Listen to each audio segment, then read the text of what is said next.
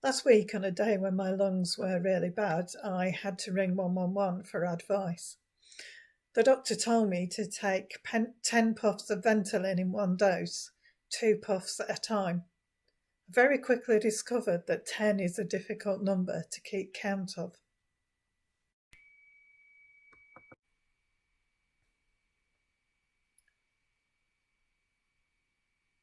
So 7, the number that is mentioned here, is a number beyond which I would struggle to keep track of, unless I was using bars and gates, of course. We do all do that, don't we? So 70 times 7 is basically saying not a number that you can keep count of. Don't bother. You just can't do it.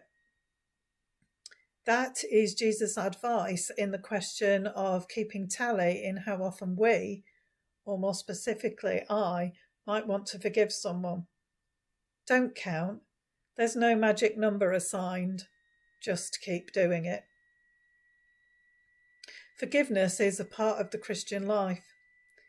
It's not about being walked all over, but of letting go of those things that someone has done to us that hurt us.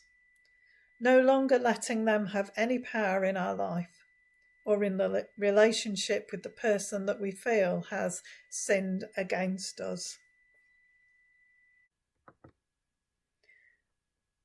Last week's reading, the previous few verses to these, was about how to deal with disagreement in churches.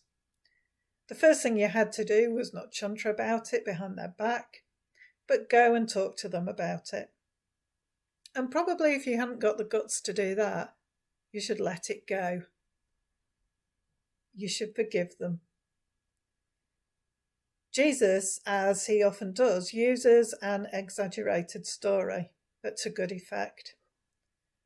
A man has a huge debt forgiven to him, but immediately he goes out and threatens someone who owes him just a very little amount.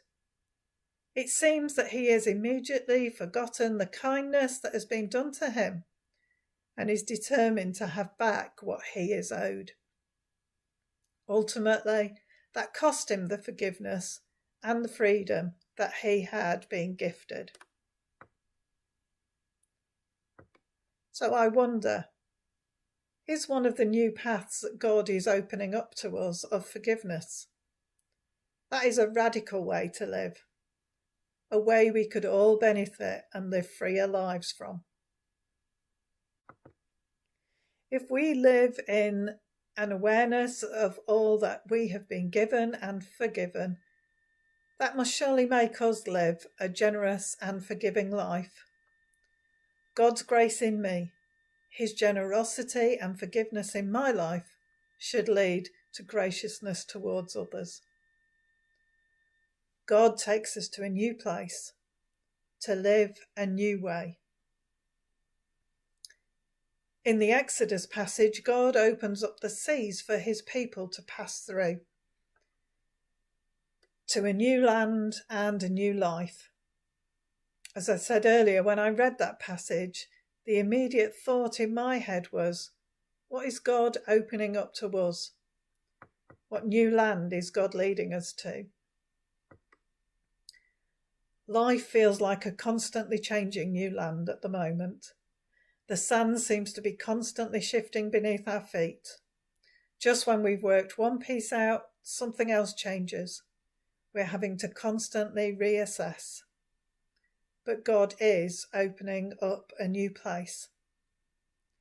We have become part of a new circuit. We are exploring where both physical and online services are going. But God is taking us to a new place, opening the way before us. Whatever that place will be, it must be a place of grace, of love, and of mutual forgiveness. Living the life God has given us, the freedom from where we are, the release of the burdens that we are carrying that will affect our lives and our reactions. May we be patient with others as God is with us, and live by forgiveness and grace, the free gift of God to each one of us. Amen.